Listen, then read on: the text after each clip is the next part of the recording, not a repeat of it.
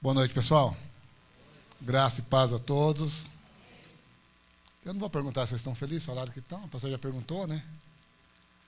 Mas pensa num camarada feliz, que se sentiu muito feliz e honrado hoje, foi eu. Muito feliz e honrado, agradeci muito a Deus, estou agradecendo. Porque, amados, eu estava dizendo de manhã lá no batismo, tem 3 coisas que marcam a vida do homem, né? O dia do casamento, quando nasce um filho e quando ele tem a oportunidade de batizar alguém. Amém? Porque é como se estivesse nascendo um filho biológico. Amém, gente? Quando você tem a honra, o privilégio de batizar alguém, está nascendo ali um filho. E batizar, amados, não é difícil. Todos nós podemos batizar. Agora, o cuidado depois do batismo que é mais importante do que o próprio batismo, às vezes. Amém, gente? Então, por isso que eu disse para o João, para a Camila e para o Vinícius, a minha vida está à disposição de vocês. Amém, gente? Conte comigo em qualquer momento. Não tem hora, nem dia. Amém? Amados, eu fiquei pensando e falando com Deus a semana praticamente toda. Eu gostaria de trazer uma ministração, nós vamos trazer uma ministração para você hoje. O título da ministração é Bonecos de Plástico. Bonecos de plástico. Nós vamos falar sobre bonecos de plástico. E aí eu fiquei falando com Deus, procurando um texto. Aí Deus não me deu um texto. Ele me deu uma história, um livro da Bíblia, amém, gente? E nós vamos falar sobre o livro de Esther, tá? Sobre o livro de Esther. E como eu disse que Deus não me deu um texto, Deus me deu um livro, então nós vamos por etapas, amém? E eu vou narrando a história, nós vamos dando uma olhada no livro, nós vamos lendo, tá bom? E você vai, quem anota, vai anotando, para nós compartilharmos. Quarta-feira na célula, que vai ser uma bênção. Eu quero profetizar ovelhas novas lá na sua célula, amém, gente? Receba aí pessoas novas, quero profetizar pessoas novas na célula de jovens, amém? Deus vai fazer um mover tremendo nos próximos dias na nossa igreja, amém? Louvado é o nome de Jesus. Amados, a Bíblia fala, no livro de Esther, eu vou narrando a história, e daí você vai acompanhando comigo, se você quiser, lendo. Só que eu acho que não vai dar tempo de você ler tudo. Mas vamos lá, a Bíblia fala no livro de Esther que havia um rei chamado Assuero. E esse rei, ele dominava sobre 127 províncias. Ele governava sobre 127 províncias. E essas províncias falavam vários idiomas, inclusive ele dominava sobre os judeus também, na época. E esse rei, ele deu uma festa para os príncipes das 127 províncias. E essa festa durou 180 dias, meio ano, 6 meses. O rei gostava de festa, gente. Pensa num camarada que gostava de festa. 6 meses, 180 dias, fazendo festa para os príncipes das 127 províncias. Amém? Pois bem, quando terminou 180 dias, ele resolveu fazer mais 7 dias de festa. Só que daí para todo mundo, para quem quisesse entrar na festa, aí entrava. E a Bíblia diz que nesses 7 dias, na história aqui, nós estamos no capítulo 1 de Esther, nesses 7 dias, o rei tomou vinho em todo tipo de taça. Em taça de ouro, em taça de prata, e ele foi tomando vinho. E a Bíblia diz que nesse período ele ficou chapado do vinho que ele estava tomando. Ele ficou bêbado. E quando ele estava bem alegre do vinho que ele estava tomando, ele mandou chamar a rainha, a esposa dele, a Vaste. Porque ele queria ostentar a Vaste, né? Eu quero que você viaje comigo um pouquinho. O rei, ele poderia escolher, dentre as 127 províncias, a moça mais linda aos olhos dele, aquela que ele achasse mais bela, ele poderia escolher para ser, ou seja, a solteira e que fosse virgem. Ele poderia escolher para ser a sua esposa. O rei, ele tinha esse privilégio. Então, eu fico imaginando como seria essa esposa do rei, a Vaste, a rainha. né? Deveria ser uma mulher muito, mas muito linda. E o rei gostava de ostentar isso. Então, nesse período de 7 dias, que podia entrar todas as pessoas na festa, ele mandou chamar a rainha Vaste. Só que nesse período em que ele estava com os príncipes, fazendo a festa, nos 180 dias, o rei também havia marcado com as esposas dos príncipes uma festa fechada, só para as mulheres. E ela também estava lá festando com as mulheres e o rei mandou chamá-la. E ela simplesmente disse, olha, fala para o rei que eu não vou, pronto, acabou. Né? Deixa eu dizer uma coisa para nós que somos pastores, para nós que somos obreiros, para nós que somos líderes, para nós que aparecemos de alguma forma na igreja, seja na música, seja na célula, seja onde for, as pessoas estão olhando para você. E principalmente para nós que somos líderes, o que nós fizermos, os nossos filhos na fé vai imitar, eles vão pelo mesmo caminho. Eles vão pelo mesmo caminho. E os nossos filhos biológicos também. O que nós fizermos, os nossos filhos vão pelo mesmo caminho. Está escrito em Provérbios 22:6, ensina a criança o caminho que deve andar, envelhecerá e não se desviará dele. Então, eu entendo que esse texto ele diz assim, ensina o teu filho a pisar aonde você está pisando, nos seus passos. Isso não é só para filho biológico, mas também para filhos na fé. Amém, gente? Se eu sou um camarada presepada, os meus seguidores vão ser tudo presepada. Se eu sou um camarada que arruma um problema, os meus filhos na fé, os meus discípulos serão todos problemáticos, porque eu vou passar esse DNA para eles. Não é isso, gente? E a rainha Vaste, então, ela não foi, essa eu não vou. Fala para o rei que eu não vou. Só que ela estava fazendo uma festa para mulheres de príncipes. As mulheres dos príncipes estavam todos com ela. Ou seja, abriu uma brecha para que as mulheres dos príncipes imitassem a mulher do rei. Porque o príncipe ia dizer para a esposa dele, você não pode fazer isso. Ela ia dizer, mas a rainha faz. Então pronto, acabou. Eu vou fazer. Está entendendo? Então o rei, ele fez o quê? Ele fez uma reunião com os eunucos, com os sábios do reino, para tomar uma decisão, para saber o que ele poderia fazer com relação à rainha. E havia um camarada muito sábio, chamado Memucã. Esse camarada falou, rei, olha, eu vou te dar uma direção aqui. Ele era um conselheiro do rei. Ele falou, chama, ou seja, é melhor você fazer uma convocação geral, escolher uma outra esposa e colocar ela sobre rainha, colocar ela como rainha do reino novamente. E depor a Vaste. Para que as outras mulheres, as mulheres dos príncipes, não sejam como ela. Sabe, não faça como ela. Porque ela deu uma ocasião, ela criou uma ocasião para que elas acompanhem.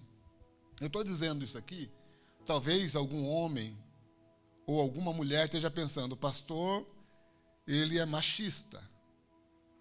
Não, não é isso não. Eu não estou dizendo que o homem, ele tem o domínio total sobre a mulher. As pessoas distorcem aqueles negócios de submissão, né? Que a Bíblia diz que a mulher ela precisa ser submissa ao marido, mas as pessoas não entendem isso. O que quer dizer submissão? O que é um subtenente? Tem o tenente e o subtenente. Só que os dois estão no mesmo propósito. O que é submissão no casamento? Tem o marido e a esposa. E os dois estão na mesma missão. Por isso que a mulher ela é submissa, é uma submissão ao marido. Ou seja, ela e o marido estão na mesma missão. Não sei se vocês entenderam. Essa que é a submissão no casamento. Né? Não é como uma pessoa que eu conhecia um tempo atrás, que ele chegava na porta e falava para a mulher, traz o meu chinelo aqui. Se a mulher falasse não, ele já queria quebrar tudo. Não é isso, amados. Você está entendendo? Não é isso. Tá, mas enfim, vamos voltar lá. E o Memucã, então, deu essa orientação, falou, olha, escolha outra rainha para você, faça a convocação no reino. São 127 províncias, o Memucã disse para o rei. E ele, então, fez a convocação. Esperou-se passar alguns dias, a ira dele passou, Aí chegamos no capítulo 2, a ira dele passou. Então ele fez, vamos ler, já que o Pedrinho está aberto ali, vamos ler, vamos ver se é isso mesmo que está no capítulo 2. Coloca lá para nós, Israel, capítulo 2 de Esther.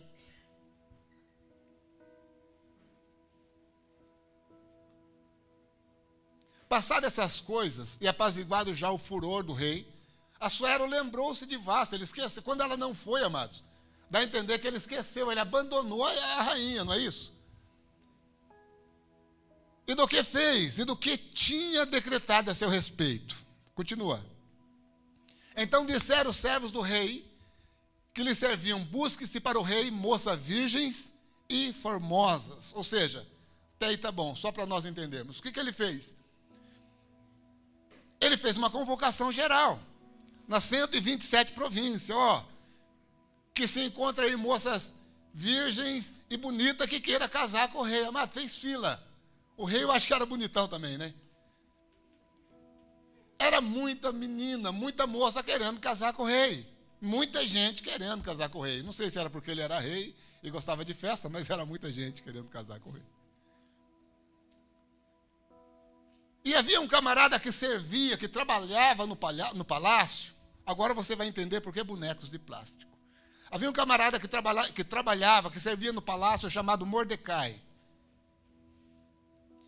E esse camarada ficou sabendo dos planos do rei. Ele tinha uma sobrinha, ou uma prima, que havia sido criada com ele, porque os pais dela morreram, que era a Esther. Morreu o pai e a mãe, ela foi criada por um primo, chamado Mordecai. E esse cara servia no palácio. O Mordecai servia. Quando ele soube, ele falou assim, olha, vamos preparar a Esther para que talvez o rei a escolha.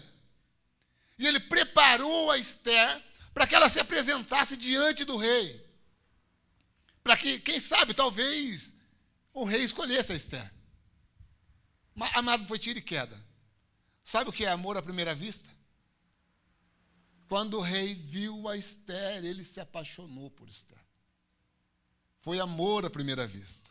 Eu imagino que essa Esther também deve ser igual às mulheres desta igreja, amém, gente? Porque o rei se apaixonou por Esther. Hã?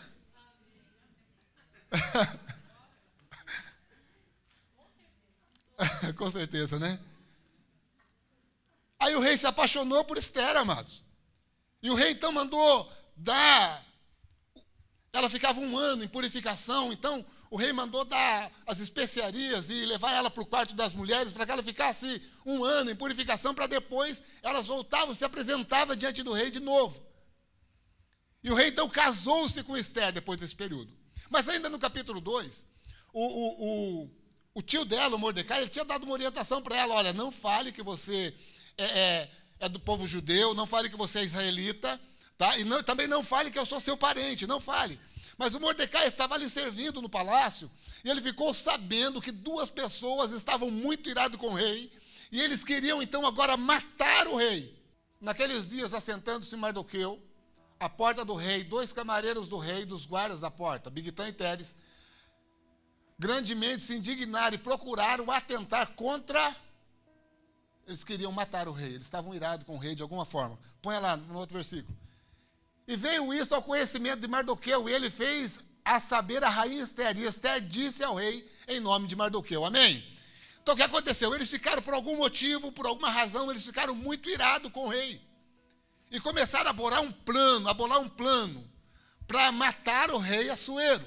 Só que o Mardoqueu, que estava por perto, ficou sabendo. Então ele procurou a sobrinha, a prima, e contou para ela, tem 2 camaradas aí, 2 camareiros, e eles querem matar o rei. Fique ligeiro, eles trabalham aí dentro. E a rainha foi e falou com o rei, falou, rei, tem 2 camareiros seus, 2 pessoas aí que estão trabalhando aqui dentro, trabalha com você, serve você de alguma forma, você serve, mas eles são traíra, eles estão querendo matar você. E o rei então mandou que se instalasse uma investigação. E aí encontraram os 2 e era verdade, eles queriam matar o rei. Aí o rei mandou, ela falou em nome do Mardoqueu, aí o rei mandou anotar tudo no livro das crônicas, selou e guardou e pronto, acabou. Quem eliminou os caras que queriam matar o rei? Um homem chamado Amã. E esse Amã, depois disso, no início do capítulo 3 agora, ele foi promovido. O rei promove Amã. E ele passa a ser chefe, capitão de tudo. Ele se tornou tão grande que ele tinha um anel do rei para assinar documentos em nome do rei. Só que daí o que acontece? No dia do evento em que o rei é promovido, o rei então levanta Amã e todas as pessoas se curvam diante de Amã. Mas Mardoqueu, amados, ele era um judeu, ele era um israelense, ele era um judeu, ele era da nação eleita, ele era considerado, ou seja, o povo escolhido. E ele não se curvou. O Amã, ele não se curvou, ou o Mardoqueu, ele não se curvou diante de Amã. Quando Amã é levantado, o rei levanta Amã e diz, ó pessoal, agora esse daqui é o cara do meu governo, é o cara do reino. Todas as pessoas se curvam, mas Mardoqueu, o tio de Esther, ele não se curvou. Agora, por que Mardoqueu não se curvou? Porque o povo de Deus, o povo escolhido, não se curva diante de circunstâncias, não se curva diante de situações, não se curva diante de pessoas, amado. Você está entendendo? Nós não nos curvamos diante de doença, diante de governos, nós não se curvamos diante de sistema, porque nós somos o povo escolhido, nós somos o povo de Deus e pronto, acabou. Pode se levantar quem for, amados, nós só se curvamos diante de Deus. No capítulo 13, versículo 10 de Lucas, Jesus encontra-se com uma mulher, e ela está curvada há 18 anos. Quem sabe era por causa das dívidas, os credores estão lá na casa dela todos os dias, e ela tem vergonha, ela vive curvada, talvez. A Bíblia diz que o problema ali era físico, né? A Bíblia diz que o problema ali era físico. Mas quem sabe, amado, é porque naquela época, era porque uma mulher não podia ter um filho solteira. E a situação fazia com que ela tivesse vergonha dos seus vizinhos, dos seus amigos, ou seja, e ela vivia curvada. Ela vivia curvada. Quem sabe, de fato, é mesmo como a Bíblia diz, ou é como a Bíblia diz. É um problema físico, é uma doença no corpo e ela vive curvada. Mas depois que ela encontrou-se com Jesus, amados, Jesus endireitou ela e ela nunca mais se curvou diante das situações. E deixa eu fazer uma pergunta. Quem aqui já teve um encontro com Jesus real e verdadeiro?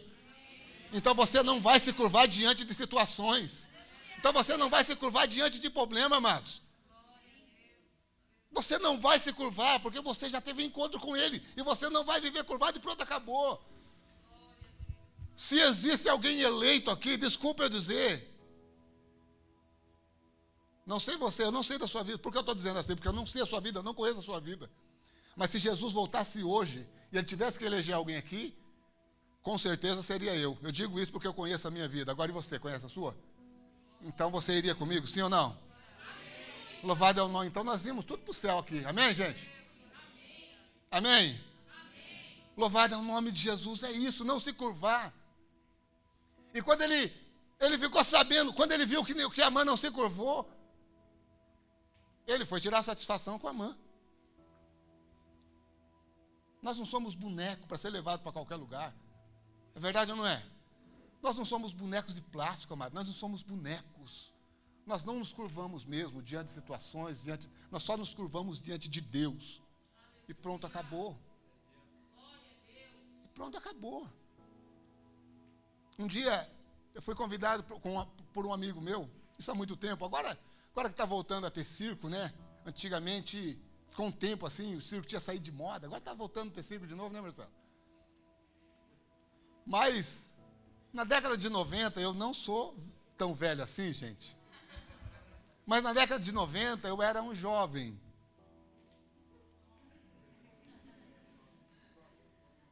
E aí o que aconteceu? Eu tinha um amigo, e ele tinha um circo. E nesse circo trabalhava vários artistas. Várias pessoas da TV, nesse circo dele.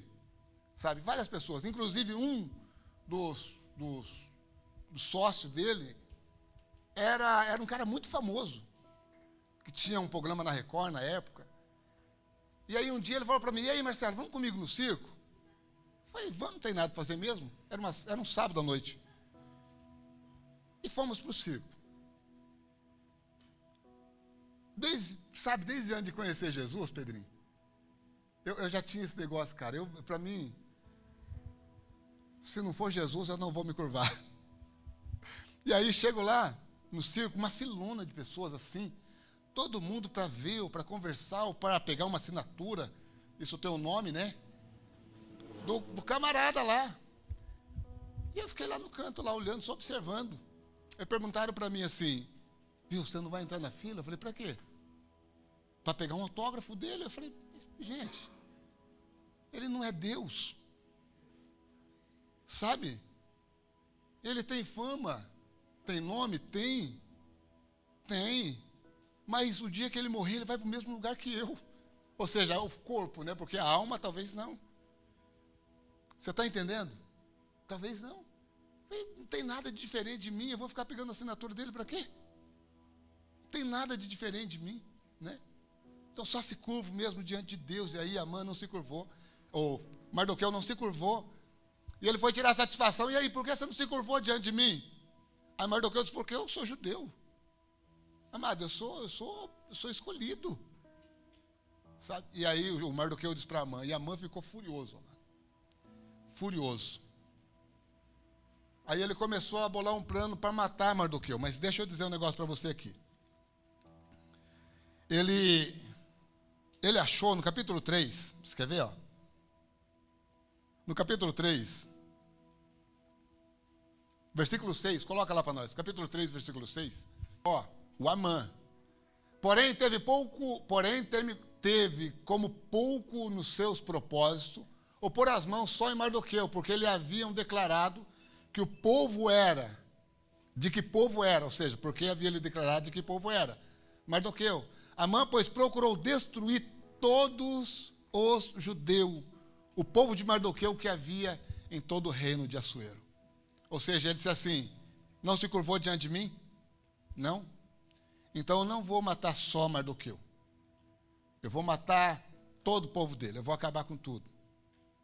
O fato de nós não nos curvarmos diante de pessoas ou diante de situações, isso pode causar inveja, isso pode nos trazer problema, amados. Pode. Mas deixa eu dizer uma coisa com você. Maior é o que está em nós do que o que está no mundo. Amém, amados? Amã, então, ele chegou no rei. Quer ver? Ele chegou no rei e disse assim, vou achar aqui.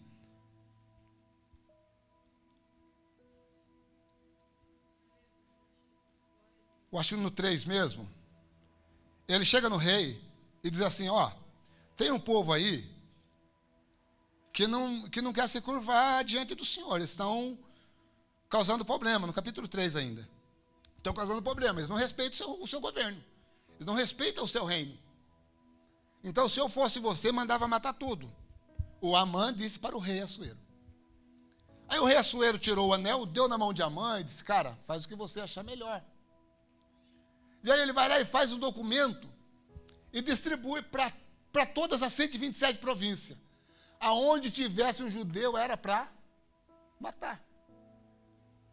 E tem o dia, ele declara o dia, ó, nesse dia vai ser o fim dos judeus. Esse povo vai morrer tudo, essa raça vai ser arriscada da face da terra. É o que ele pensa. E ele foi para casa e começou a criar uma forca. Eu mato os judeus, tudo por aí, o povo vão matar os judeus e eu vou matar Amã. Eu vou pôr Amã na forca, ele está enrolado, não se curvou diante de mim, vai morrer enforcado na minha casa. Esse era o pensamento de Amã. Só que o que aconteceu, amados? O rei foi para casa, o rei estava em casa, ele começou a mexer nos livros. E de repente ele abre um livro de crônicas de reis. E ele acha ali no livro de crônicas de reis que um dia duas pessoas tentaram tirar a vida do rei, eles queriam matar o rei Assuero. E o rei está lendo ali e ele fala, puxa vida, mas o que fizeram para esse homem que salvou a minha vida? Aí alguém diz para ele, rei, esse homem está por aí, não fizeram nada para ele ainda, por ele ainda. Aí ele então chama Amã, mas Amã estava em casa preparando uma forca para matar Mardoqueu. Era isso que a mãe estava fazendo em casa, preparando uma forca para matar Mardoqueu. E agora ele chama Amã, e Amã entra na presença do rei, e o rei faz uma pergunta para ele: Amã, o que eu posso fazer com um camarada cujo coração, o que fazer, Amã, com um camarada cujo coração do rei ele alegra? Amã pensou: quem é mais próximo do rei aqui do que eu? Quem que o rei colocou sobre tudo aqui? O anel do rei ele dá para quem quando precisa assinar um documento? É para mim. Amã pensou que era ele. Ele pensou que era ele. Aí o rei falou assim, Amã falou para o rei: rei, faz o seguinte, honre esse cara como rei um dia. Pega as suas roupas reais e vista nele. Pega o seu cavalo real e coloque ele em cima. Chame um exército, rei, e manda sair gritando pelas 127 províncias, dizendo que esse é o camarada de cujo coração o rei se alegra. Amã disse isso. Aí o rei falou: então não deixe cair no chão nenhuma dessas suas palavras. Corra até Mardoqueu e faça isso. Você não se curvou. O inferno se levantou contra você, tentando tirar a sua vida, tentando te destruir de alguma forma. Mas não se esqueça que o céu está trabalhando. E toda afronta que você passou e vem passando, Deus vai transformar em honra. Xericanturiandalamas. Oh, aleluia. O Amã levou um susto, amados. E saiu correndo, foi lá na casa do Mardoqueu. Ele não podia não cumprir uma ordem do rei. Só porque Mardoqueu não se curvou diante dele. Mardoqueu não é um boneco levado para lá e para cá, amados. Mardoqueu é um camarada que se posiciona. Porque ele faz parte de um povo que é escolhido. E você faz parte do quê? Oh, aleluia. Aí chega lá Mardoqueu e diz, a mãe disse: Mardoqueu, o rei mandou te chamar. Quando ele chega lá, o cavalo está aparelhado, o exército está esperando. Eles colocam o Mardoqueu em cima do cavalo e sai pela cidade gritando: este é o homem. E o Amã na frente puxando o cavalo. Deus vai te honrar, querido. Deus vai te honrar, querida. Deus vai te honrar, meu irmão. Deus vai te honrar, minha irmã. Se você não for um boneco de plástico conduzido por qualquer coisa, sabe, qualquer coisa te tira da presença de Deus, qualquer coisa te tira o foco. Se você não, Deus vai te honrar. Deus vai te levantar, amém, gente? Eu vou continuar, mas depois do teatro agora. Nós vamos ver um teatro, já nós terminamos, em nome de Jesus. Amém, gente?